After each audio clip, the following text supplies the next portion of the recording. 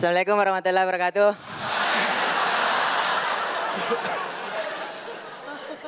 Hamdan wa salama ma ba'du.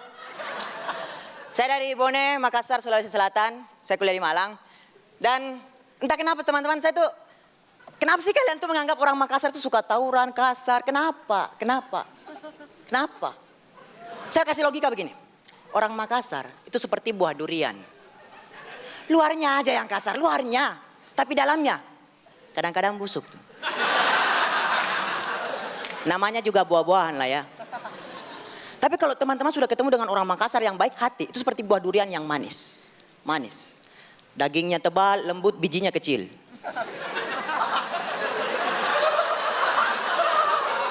Lebih kecil dari kemungkinan Jakarta bebas macet. Mampus loh, itu orang Makassar tuh. Tapi saya setuju kalau misalnya banyak orang bilang orang Makassar, Bugis Makassar tuh pemberani. Saya setuju. Karena saya pernah begini nih. Bahkan anak kecil yang mengemis sudah berani kontak fisik. Berani. Saya pernah naik motor, ada anak kecil datang minta uang, tidak saya kasih uang. Dia ke belakang motor coret-coret motor. Kamu tulis apa? Kaligrafi, Joy. Astagfirullahaladzim. Yang paling parah nih di Pantai Losari. Saya pernah lihat di Pantai Losari ada anak kecil minta uang, itu tarik-tarik baju. Minta uang. Tidak ada uang. Minta uang. Tidak ada uangnya bapak, nak. Minta sama ibu. Ibu yang kuasai uangnya bapak. Minta 50-50 kita 100. Minta. Memang hampir di kota besar teman-teman. Tidak kecuali selain Makassar. Itu banyak anak jalanan yang dipaksakan untuk mengemis ketimbang bersekolah. Banyak sekali. Saya pernah kisah nyata. Saya di Makassar naik taksi. Sopir taksinya cerita nih. Ini, abang, deng, ini, lihat itu. Itu anak kecil mengemis. Kakaknya di Jalan Petarani mengamen. Ada yang paling bungsu masih menyusui. Itu ibunya tuh, pakai singlet, katiannya robe-robe itu. Itu ibunya. Astagfirullahaladzim. Kok bapak tahu banget? Saya bapak tirinya. Minta uang. Aduh. Dan teman-teman, jujur ya, masa kecil saya itu tidak terlalu jahat sih. Cuma saya trauma karena setiap saya berkelahi sama adik saya, itu pasti saya yang dikurung dalam tangki air. Serius, tangki air yang kering yang rusak itu ditaruh situ, dikurung. Misalnya ditutup terus ditinggal. Saya tuh kalau sudah dikurung dalam tangki air itu mengamuk gitu. Ibu. Kadang-kadang saya nyanyi sih, Umi. Kadang-kadang. Tapi masalahnya teman-teman, saya mengamuk itu ibu. Bukan karena saya takut sendiri di dalam tangki, bukan. Saya takut ibu saya lupa saya dalam tangki. Takut saya. Bayangkan kalau misalnya nih dikurung dalam tangki lama itu nggak lupa. Pas tangkinya dibuka, isinya sulis. Umi saya di belakang itu. Ya nggak gitu sih.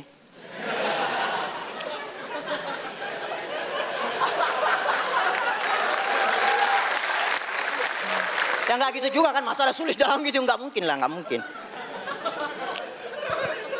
Dan teman-teman, entah kenapa ya, saya bersyukur saya lahir dari keluarga yang surga itu banyak sekali dalamnya surga keluarga saya itu. Misalnya begini, bagi saya surga itu di telapak kaki ibu, tidak bisa diganggu gugat. Bagi bapak saya, surga itu ketika melihat anak-anaknya tertawa bahagia, itu surga tuh. Dan bagi ibu saya, surga itu ya di dompetnya bapak. Tidak bisa diganggu gugat. Apalagi kalau sudah habis gajian tuh, ini surga jadi jahanam. Surga jahanam ini.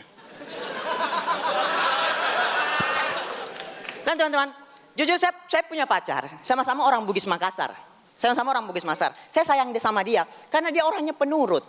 Setiap saja makan apa ki, makan di mana, dia jawabnya terserah. Ini kayaknya ini semua cewek ini dari Sabang sampai Merauke, kutub utara, kutub selatan jawabnya sama, terserah. Astagfirullahaladzim. Ini kata terserah ini semacam kayak teka-teki gitu. Coba tebak, makan di manakah kita? Cowok itu bingung, saya yakin cowok itu bingung teman-teman, bingung. Makanya nih, saya kasih tips buat cowok-cowok yang kalau mendengar kata terserah bingung. Tips yang pertama, ketika kalian mendengar kata terserah, bawa cewek itu ke warung prasmanan. Biar dia tahu rasanya makan terserah.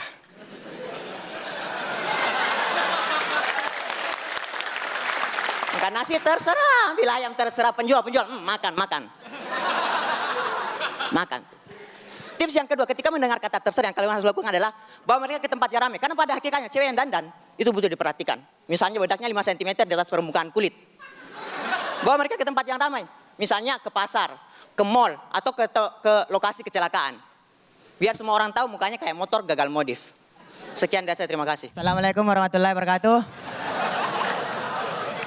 Hamdan wassalaman amma ba'du. Zaman sekarang pengemis itu sudah menjadi profesi, teman-teman. Dan yang saya benci adalah ketika ada pengemis yang ngotot minta uang. Misalnya begini nih. Mas minta uang. Minta uang. Uang mas. Mas ngapain? Ngotot. Binaraga. Allahu Akbar. Di Malang, di kota Malang, ada pengemis yang gak punya modal apa-apa. Cuma punya suara nafas.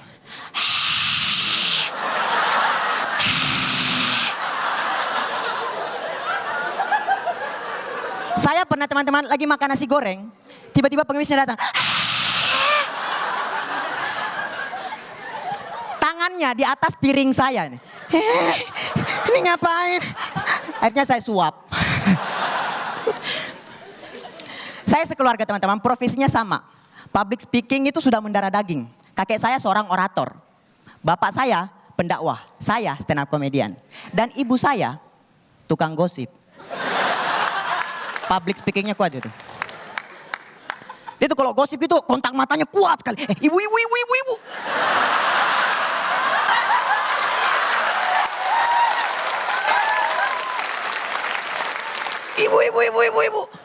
Kemarin Ibu Mirna beli kipas, pasti kipasnya dipencet. Aku yang putar.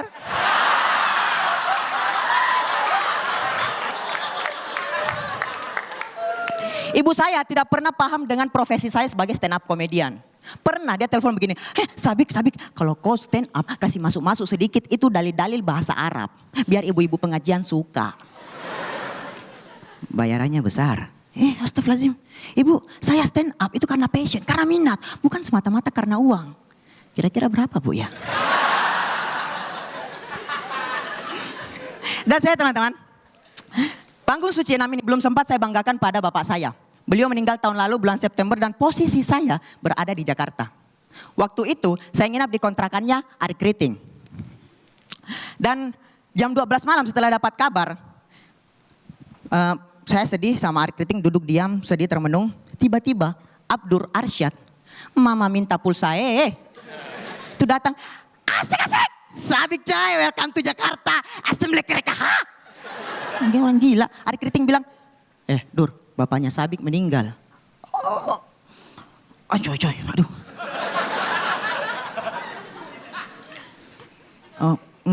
Abang antar ke bandara ya. Iya bang. Uang pesawat sudah ada? Belum ada bang. Minta sama Ari Kriting ya. Abang juga gak punya uang yang habis kredit mobil. Akhirnya jam 4 subuh kita berangkat ke bandara.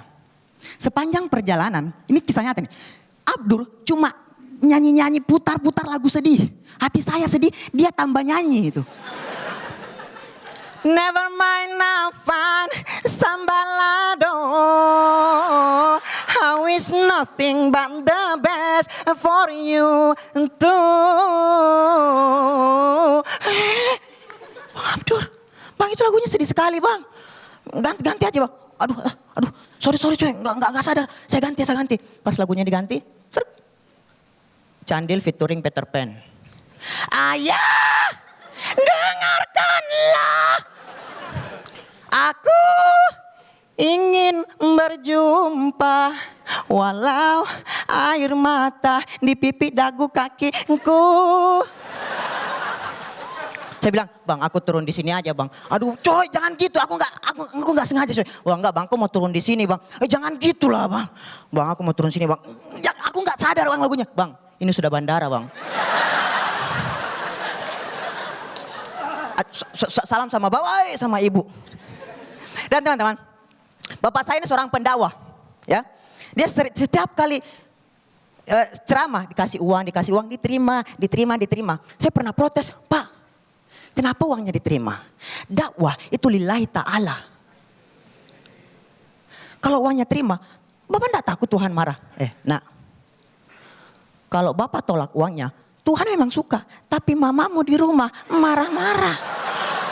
Super sayang. Sekian dari saya, terima kasih.